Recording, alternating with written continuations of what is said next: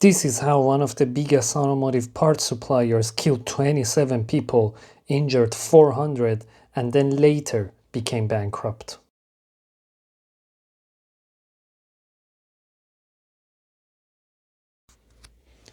Takata, founded back in 1933 and became one of the world's top suppliers of seatbelts, airbags, and safety systems. By the late 90s and early 2000s, they were supplying airbags to Honda, Toyota, Ford, BMW, Nissan, Subaru, and even luxury brands like Ferrari. If you bought a car in that era, chances are it had a Takata airbag inside. It was a name no one thought twice about until things started to go very, very wrong. Here is how the airbag became a weapon of mass destruction. The inflator inside the airbag, the part that makes it explode open in a crash. Most airbag systems use a stable compound to trigger that explosion, but Takata decided to use a cheaper, more volatile chemical called ammonium nitrate, the same stuff used in some types of explosives. Ammonium nitrate is highly sensitive to heat, humidity, and age. Over time, it becomes unstable, and when an accident happens, instead of safely inflating the airbag, the inflator can detonate, shattering the metal housing and sending shrapnel flying around the cabin. We're talking about the safety device becoming a grenade. The first fatality related to the airbag explosions from Takata happened in 2009, but the company and even other automakers decided to downplay the situation and blame the heat and humidity in southern states like Texas and Florida. By 2014, things exploded, literally and legally. Victims came forward.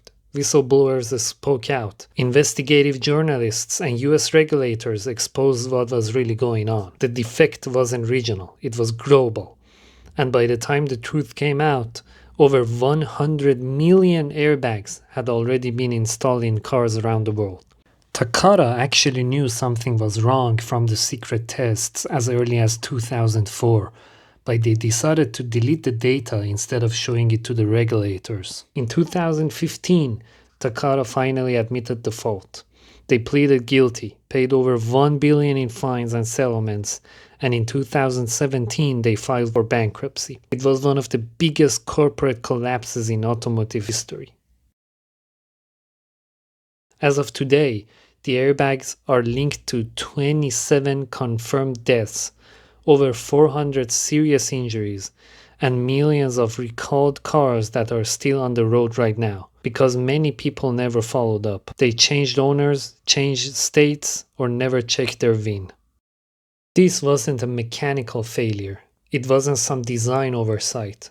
It was a corporate decision to save money and hide the truth. Takata chose a cheaper chemical over a safer one. They silenced test results and people paid the price. But this story isn't just about Takata. It's about how even trusted companies, even life-saving technologies, can go horribly wrong when ethics take a backseat to cost. And the craziest part? Some of these airbags are still out there, right now, in cars from the early 2000s all the way up to the mid-2010s. This was the story of the Takata airbag explosions and the deadliest automotive recall in history. I have provided you a link in the description where you can check if your car has been installed with one of these airbags. Go ahead and check it right now because this can save your life. And before that airbag explodes to your face, go ahead and subscribe to the channel and also like the video. See you in the next one. Bye bye.